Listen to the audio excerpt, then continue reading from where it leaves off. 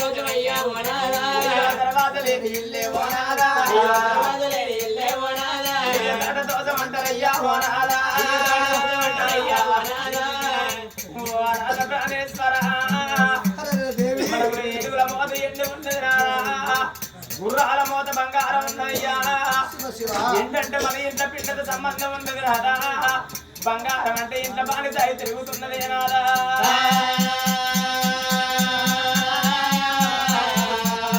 అన్నీ ఉన్నాయి కానీ ఓనాదా మన గర్భవాసం అందే ఓనాదా అయ్యో అమ్మంట పిలుచుటాకు ఓనాదా లేకమాయే ఓనాదా ఆడవిల్ల లేనిల్లు అమాలు చీకటంటారు నాదా ఊరాడు లేనిల్లు కూర్చుండ దోదమంటారు పందిరి లేనిల్లు పడగోలు దోదమంటారు నాదా తర్వాత లేనిల్లు దాడ దోదమంటారు కూరాడు లేనిల్లు కూర్చుండ దోదమంటారు నాదా పందిరి లేనిల్లు పడగోలు దోదమంటారయ్యా ఆడవిల్ల లేనిది సావు యావరాదంటారు సొన్నాయి లేనిది లెక్కమాడరాదంటారు నాదా సుఖు లేనిది కథ చెప్పరాదు గతి లేనిది సంసారం ఎయ్యరాదు మధ్య లేనిది మాట మాట్లాడరాదు సున్నం లేనిది విడమెయ్యరాదు అగ్నివాడు లేని చేతి ఎయ్యరాదు ఆత్మ లేని చుట్రికం ఎయ్యరాదంటారయ్యా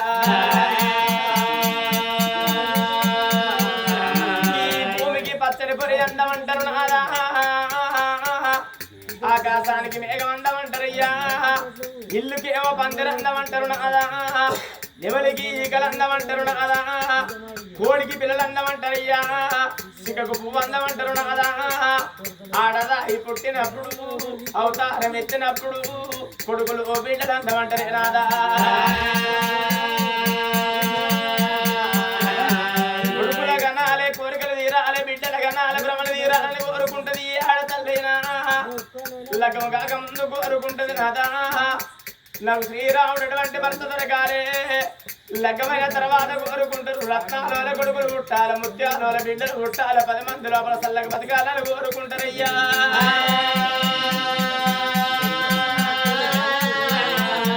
కోరిక లోపల భర్త బతికుండంగా ముత్తేద సవ్యావాలని కోరుకుంటారు ఈ ఏడు విల్లైనా నాదా మన గర్భవాసమందునాదు కానుపు సంతానం కలిగినట్టు కాదు పుట్టుక సంతానం పుట్టలేనట్టు కాదు నాదా